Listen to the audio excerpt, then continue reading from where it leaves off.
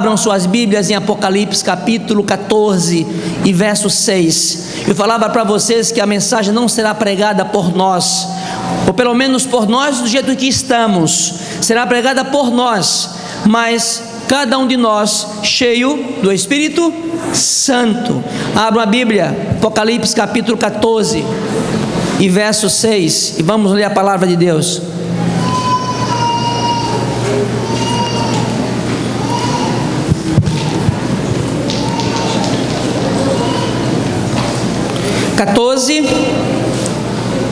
Verso 6. Achamos? Vamos ler então. Vi outro anjo voando pelo meio do céu, tendo um evangelho eterno para pregar aos que se assentam sobre a terra, e a cada nação, e tribo, e língua, e povo, dizendo em grande voz: temei a Deus e dá-lhe glória, pois é chegada a hora do seu juízo, e adorar aquele que fez o céu, a terra, o mar e a fonte das águas. Bom, essa é a primeira mensagem angelical. Os teólogos chamam o capítulo 14 de Apocalipse, tá? Uma mensagem proláptica. O que é uma mensagem proláptica? Vou explicar para vocês. Esse é um termo que somente teólogo conhece, mas o que é uma mensagem proláptica? É uma mensagem que ela vem antes, ela acontece antes de cumprir o que ela diz. Está meio confuso, eu vou ler para vocês agora, vocês entenderem. Ela vem antes, é porque é antes. Apocalipse 14 é uma mensagem proláptica. Por quê? Porque o povo de Apocalipse capítulo 14 verso 6, você sabe que o capítulo 14 abre com os 144 mil. O livro do Apocalipse é um livro repetitivo, por isso que é um livro didático. Você vai ter os 144 mil em Apocalipse capítulo 7, e você vai ter Apocalipse 14, ok? Então esse povo de Apocalipse 14 e verso 1 é um povo que nós chamamos como 144 mil. Eu queria que vocês ficassem bem atentos, que a minha mensagem hoje é uma mensagem bem adventista, e a mensagem adventista é uma mensagem que precisa de muita atenção, ok? A mensagem adventista é uma mensagem que requer datas, requer entendimento, requer raciocínio para entender. Então eu dizia para vocês que o Apocalipse 14 é uma mensagem proláptica. Por que é proláptica? Porque ela começa com o capítulo 14 verso 1, falando de um povo chamado 144 mil. Nós adventistas interpretamos como um povo de um número simbólico que vai estar de pé, vai estar vivo quando Jesus voltar a essa terra, ok? Esse povo é o povo de 1 Coríntios capítulo 15 verso 51 e 1 Tessalonicenses capítulo 4 verso 6. Eles vão estar vivos quando Jesus voltar. Nós entendemos que é assim que a palavra de Deus diz. Não é um número literal, mas é um número simbólico. Esse é o povo que foi representado lá no passado por por Elias, e por Enoque, que foi trasladado. Beleza? Mas esse povo 184 mil do capítulo 14 verso 1 não vai pregar a mensagem de Apocalipse 14 verso 6. Entenderam? Essa mensagem que eu preguei agora, de Apocalipse 14 verso 6, ok? Não será pregada pelos 144 mil. Pelo contrário, a mensagem de Apocalipse 14 verso 6, ou seja, as três mensagens angelicais, é que vai ser pregada para formar os 144 mil. Deu para pegar? Deu para entender? Adventista é inteligente. Nós estudamos a Bíblia. Vocês saibam que essa igreja não nasceu porque um pastor brigou com outro e criou um novo ministério, ou porque pastores se uniram e criaram um ministério novo. A igreja que você faz parte, que você está visitando essa manhã, que você está vindo de outra igreja, você é bem-vindo. Estou falando para você que que a igreja adventista nasceu num contexto de um fio profético, de um homem por nome de Guilherme Miller, que era um homem cético, era um deísta, que na verdade o deísta na época do século XVIII era moda ser deísta, devido às guerras civis avassaladoras, e Guilherme Miller foi um guerrilheiro da guerra contra a Inglaterra, e essa guerra o deixou muito triste. A guerra de 1812 a 1815 devastou os Estados Unidos e a Inglaterra, e Guilherme Miller foi um sobrevivente da guerra. Ele trazia a pergunta: por que eu não morri na guerra? E essa pergunta deixava ele muito preocupado, dizendo: Deus, alguma coisa comigo. E foi nesse contexto de muita preocupação que Guilherme Miller foi chamado por Deus para fazer uma mensagem de um pastor. O seu tio pastor não foi para a igreja, e ele foi ler um texto, convidado para ler o texto. Ele leu o texto. Depois que ele leu o texto de Isaías 53, ele foi impactado com a Bíblia, e ele jurou que ia estudar a Bíblia capítulo por capítulo, sem passar um capítulo, entendendo todos os capítulos. Então Guilherme Miller começa, no meado do século XVIII, a trabalhar dessa forma, e foi nesse contexto que a Igreja Adventista do Sétimo Dia começa a surgir. Movimento millerita, juntou batista, juntou presbiteriano, juntou metodista, Conexão Cristã, que na época era muito forte essa religião, e foram estudar a palavra de Deus. E quando Guilherme Miller se bateu com Daniel 8,14, que fala das 2.300 tardes e manhãs, purificação do santuário, ele parou e disse: essa profecia é interessante, porque ela é muito larga. E ele pensou: se eu conseguir descobrir o início da profecia, eu vou descobrir o fim da profecia, e aí eu saberei que no fim, a Bíblia diz que o santuário será o quê?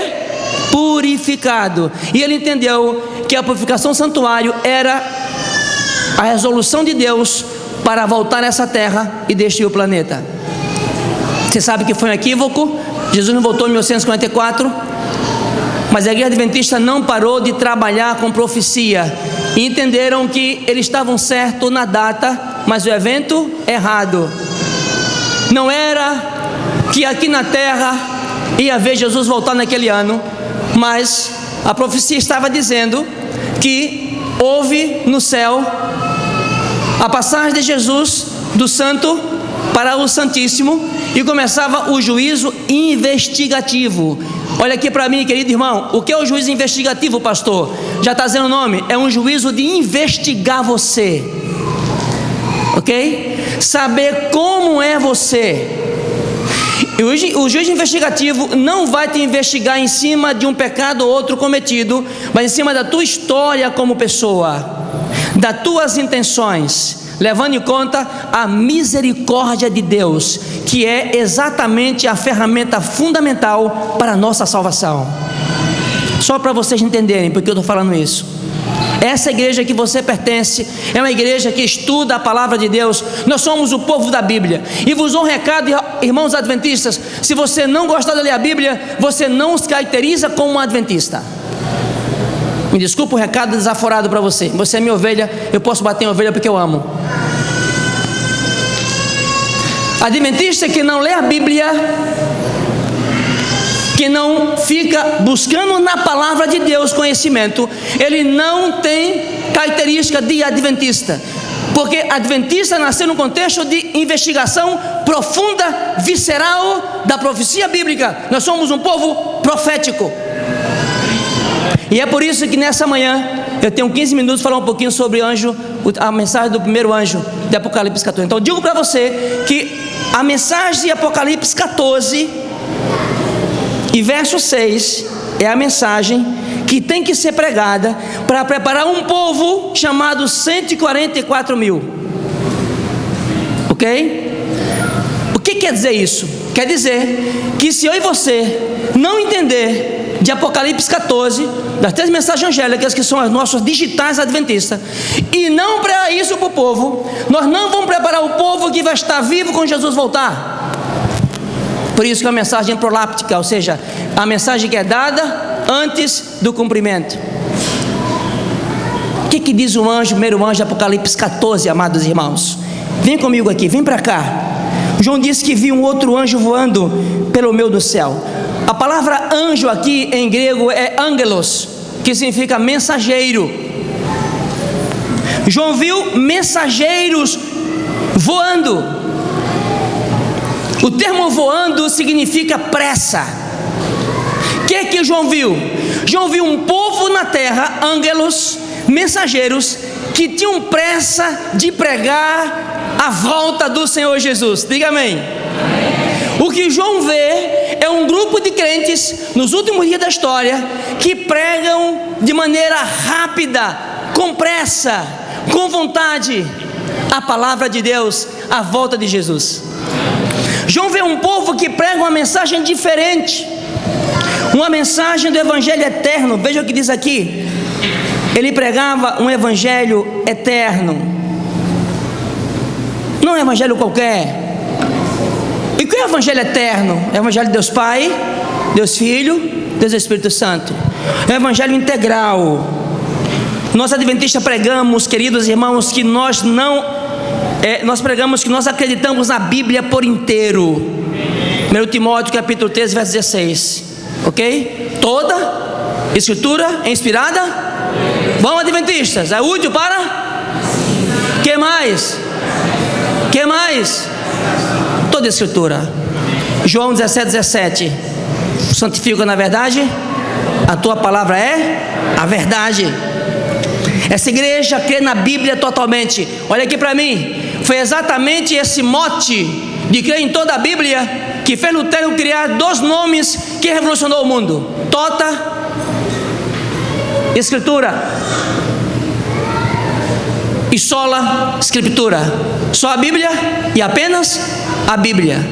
Esse evangelho, esse povo que João vê, um povo que de forma célere prega a mensagem, não prega qualquer mensagem. Esse povo prega o evangelho eterno. Diga amém. Amém. Esse povo diz que a Bíblia, desde Gênesis até Apocalipse, ela vale.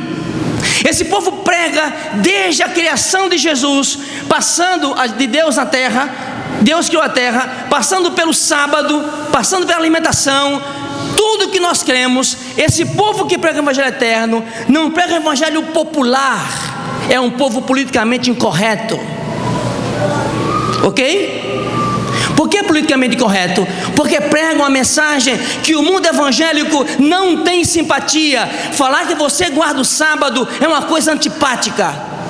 Ninguém vai te abraçar, via de regra, porque você diz que guarda o sábado. Pelo contrário, o povo vai te repudiar. Certo ou errado? Porque a mensagem do sábado é a mensagem do evangelho eterno. Ninguém vai te entender quando você fala que a alma é mortal e que nós cremos que Jesus vai voltar de forma literal. Apocalipse capítulo 1, verso 7. De forma literal, visível, e todo olho verá. Essa mensagem é uma mensagem impopular no mundo evangélico, mas a Bíblia diz que essa multidão de pessoas, os ângelos de Deus, os mensageiros, irão pregar a mensagem do evangelho eterno. Doa em quem doer, ou seja simpático ou não, a nossa missão é pregar o evangelho eterno. Esse anjo do Apocalipse 14, verso 6, é interessante. Esse povo que prega que somos anjos de Deus, aqui nesse contexto, ele prega aos que se assentam sobre a terra, queridos. É cada nação, tribo, língua e povo, dizendo em grande voz: temam a Deus. A palavra hebraica para temer a Deus é fobeomai. Fobeomai. Temer significa não ficar atormentado de Deus, ou pensar que Deus é um Deus que vai te castigar no inferno. Inclusive essa foi a mensagem que Ellen White chorava muito quando o seu pastor pregava para ela. Na igreja metodista, Ellen White chorava quando o pastor pregava de fogo do inferno queimando. Ela pensava: não pode um Deus tão bom queimar a gente no fogo do inferno. Ela sofria com essa doutrina. Ellen White ouviu do movimento milerita que falava de Jesus Cristo, do evangelho eterno, que também prega da graça de Jesus, e a ideia de que Jesus ia voltar e que a sua graça era maravilhosa e que a lei é um espelho para mostrar o nosso pecado. Agradou Ellen White com 17 anos de idade. Ela se apaixonou pela mensagem adventista e o pastor a expulsou da igreja, ela e toda a sua família. Ela uniu-se ao movimento milerita que pregava a volta de Jesus. Esse anjo, a palavra temam a Deus significa fobiomai, e temer a Deus em grego não é temer de Deus. Temer a Deus em grego é obedecer a Deus, obedecer a sua lei. Amém? Esse movimento profético que o anjo vê os ângelos de Deus, mensageiros, pregando a palavra, não prega de forma tímida. Não pregam de forma tímida, pelo contrário, eles pregam em alta voz. É interessante que a palavra grega para alta voz é megafone. E o que é um megafone? Hein? Alguém que fala em megafone, fala baixo ou fala alto? Para que serve um megafone? Para que todo mundo escute. O anjo mandou pregar no megafone. Escuta aqui, irmão. O anjo pede que você pregue a palavra do sábado, a verdade sabática da volta de Jesus. A mensagem que você deve pregar é a mensagem célere, que Jesus vai voltar muito em breve, que o teu corpo é o templo do Espírito Santo, que porco não é limpo porque é criado num lugar muito limpo, porco é sujo porque é de índole, é porcaria. Deus não fez para se comer, Deus não fez para se alimentar. Então, se fosse assim, você pode dar ração para um rato e comer um rato. Dar ração para rato não o torna limpo, ele é rato de índole.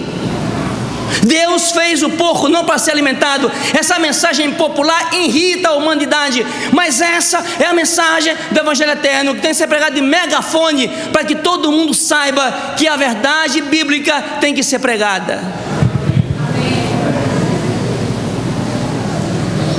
Esse Evangelho do Reino, de Apocalipse 14, verso 6,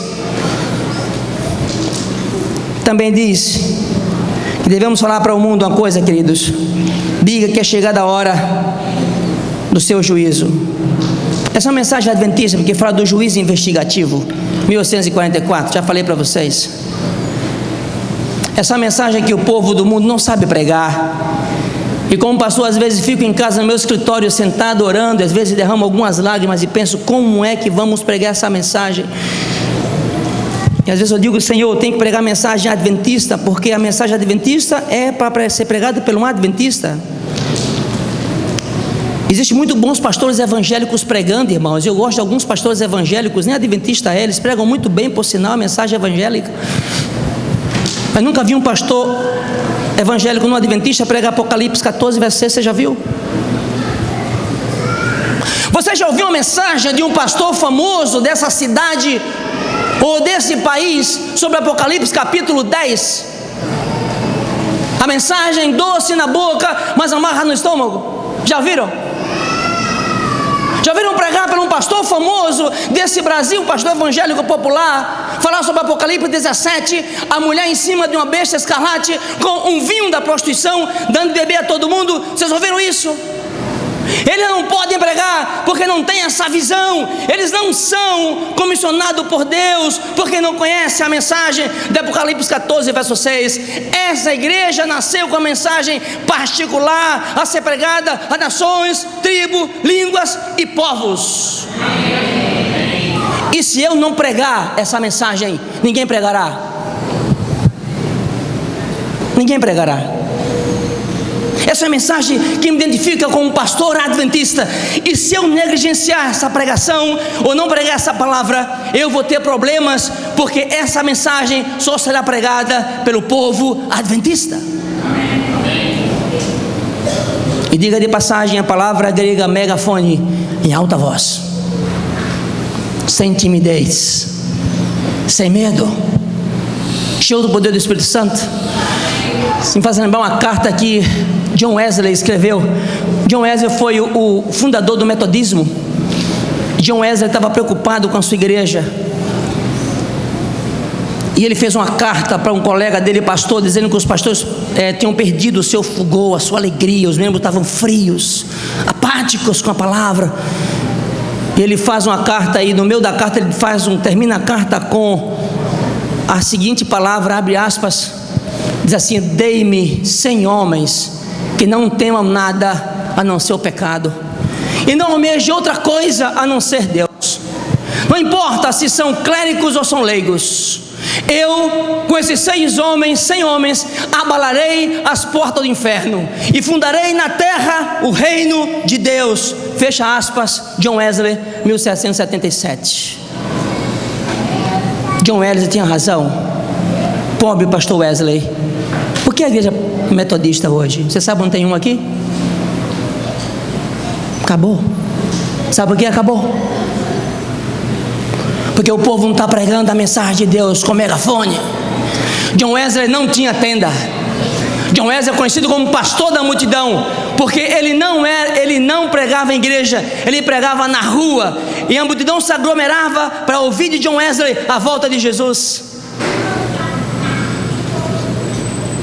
Essa mensagem especial é para você que olha para mim agora. Olha bem, você que está na plataforma, aliás, aí na galeria, você que é jovem, só tem 20 anos, 18 anos, você está me ouvindo agora, escuta aí, essa mensagem é para você pregar. Se você não pregar, as pedras clamarão. E é ridículo a minha mensagem ser pregada por alguém que não conhece a minha mensagem. É ridículo. Essa mensagem é minha, que Deus deu para mim e deu para você pregar. E o anjo diz: pregue a palavra, diga de um Deus que fez o céu, a terra, o mar e as fontes das águas. Essa mensagem inclui os 10 mandamentos, em especial que dia? O sábado. Deixa eu fazer um adendo para vocês aqui, amados irmãos, ovelhas queridas que estão me ouvindo esse sábado. Pelo amor de Deus, não profane o dia do Senhor. É triste ver adventistas pós-modernos que acham que porque trabalham muito a semana toda, pode ir no restaurante depois do culto e comprar comida para comer, ainda acha que está com a consciência limpa. Não está quebrando o sábado. Você tem a semana toda para cuidar da tua vida. 6 dias Deus te deu. Você é muito ocupado, então desocupa e faz a coisa certa. É ridículo. Não cabe na palavra de Deus. O anjo diz: pregue para o mundo de megafone. Diga para o mundo que Deus fez o mundo em 6 dias. Adora aquele que fez o céu, a terra, o mar e as fontes das águas. Esse texto quer dizer assim: diga para o mundo que a igreja adventista é uma igreja criacionista. E por que isso, pastor? Vou falar para você por que isso. 1850 é lançado no mundo o livro Teoria da Espécie de Charles Darwin, um cientista que pregava a evolução. Isso pegou no mundo. Olha a data, 1850. Quando foi Guilherme Miller começou a pregar a mensagem do advento, e quando foi José Bates começou a pregar sobre o sábado, sobre a criação, exatamente por aí, 1847, 1846, José Bates começou a trazer a mensagem do sábado para a igreja, combatendo a ideia da evolução. Nascia um grande evolucionista, Deus levantava a igreja dizendo não à evolução e sim à criação. Nós pregamos a criação da terra de 6 dias literais, e nós cremos que o 7º dia é o sábado do Senhor. Deixa eu apelar ao seu coração adventista, você que veio aqui essa manhã, por favor, pelo amor de Deus, não leve o sábado na brincadeira. O sábado não é apenas um mandamento. Escute-me nessa manhã, o sábado não é apenas um mandamento. Se fosse já seria muita coisa, porque Deus fez um mandamento, mas o sábado é muito mais do que um mandamento. O sábado irá selar o povo de Deus que vai morar com Ele no céu. Escute-me, o sábado vai selar o povo de Deus que vai morar com Jesus no céu. Se estás quebrando o sábado, tu estás desqualificado para morar com Jesus no céu. Não sou eu que digo, é a mensagem apocalíptica que diz. Não sou eu que falo, é a Bíblia que diz.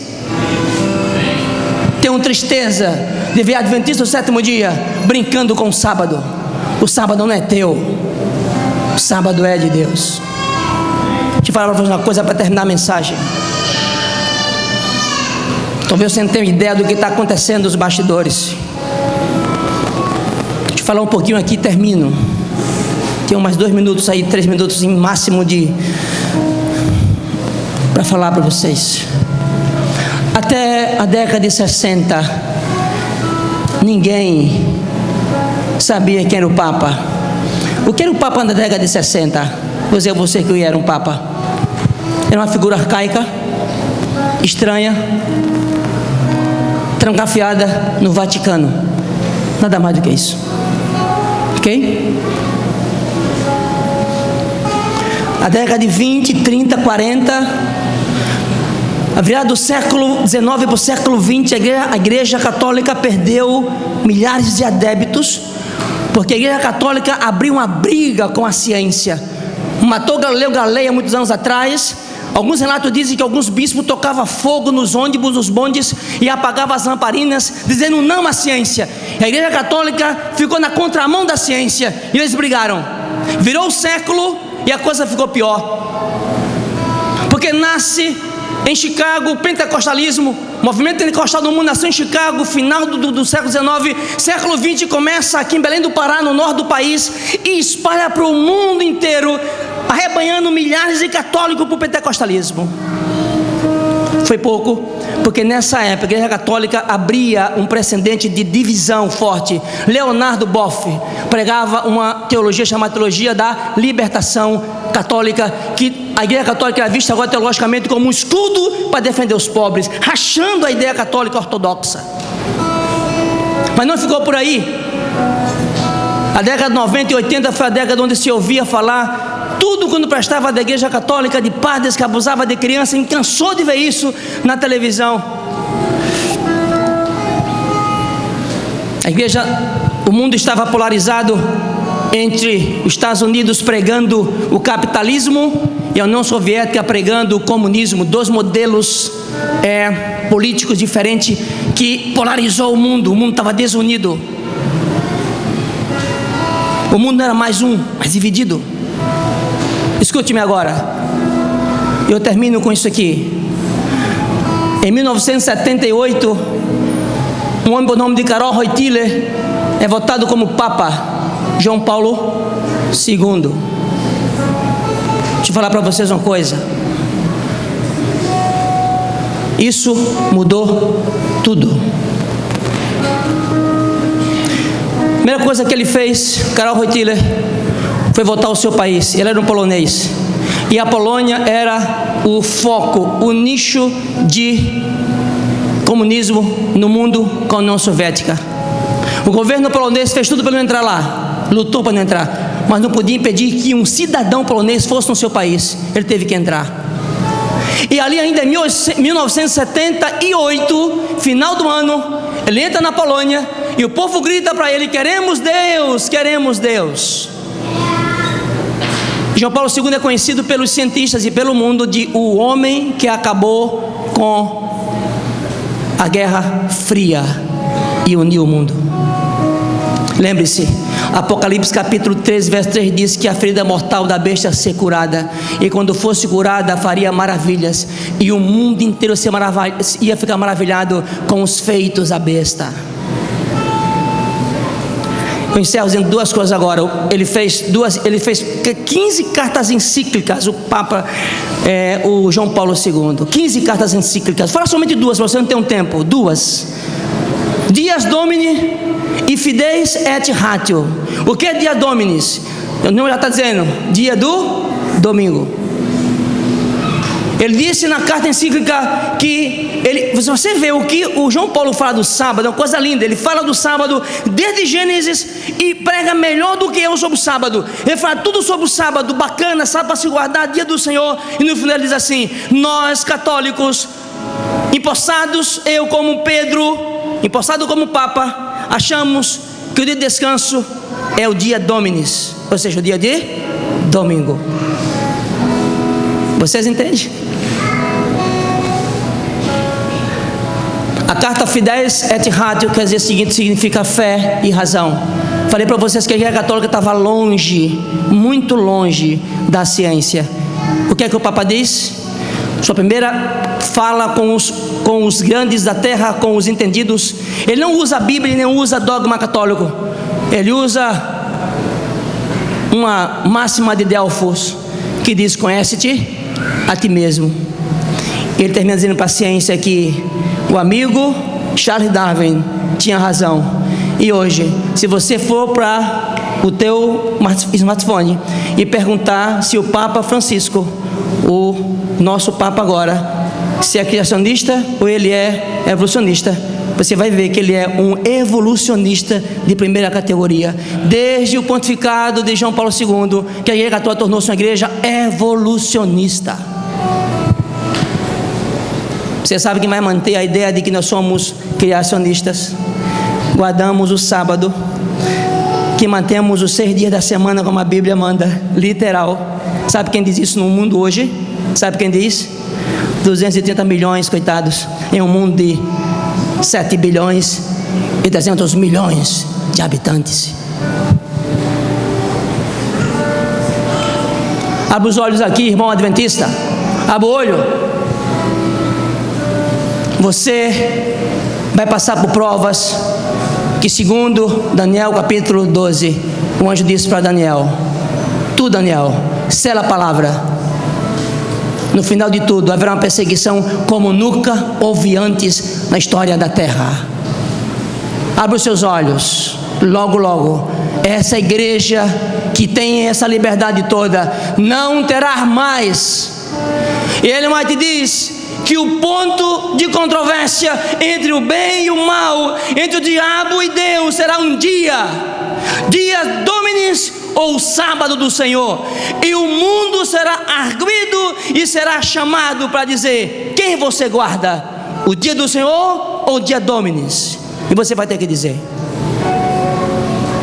Está pronto para isso você? Se você não está, eu vou orar a Deus que te prepare. Essa mensagem, 3 mensagens angélicas, a primeira que eu falei, tem que ser pregada por nós. Faça isso, querido, por favor. Saia do seu comodismo, pelo amor de Deus, seja um adventista.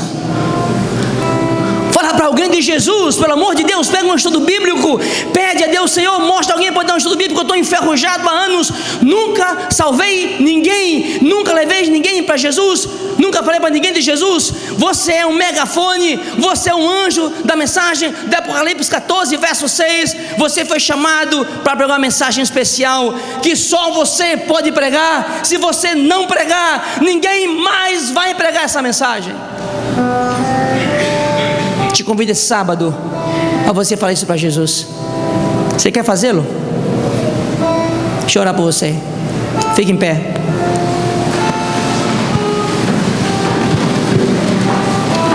Essa é a mensagem adventista, irmãos. Eu sou um pastor adventista.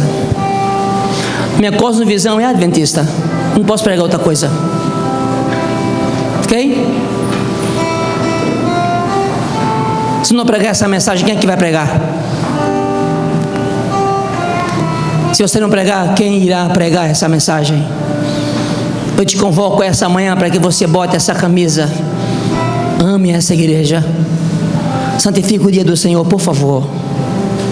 Jovem, se tu está indo para a faculdade na sexta-feira, tu está quebrando o sábado, e o teu sucesso vai ser uma desgraça na tua vida.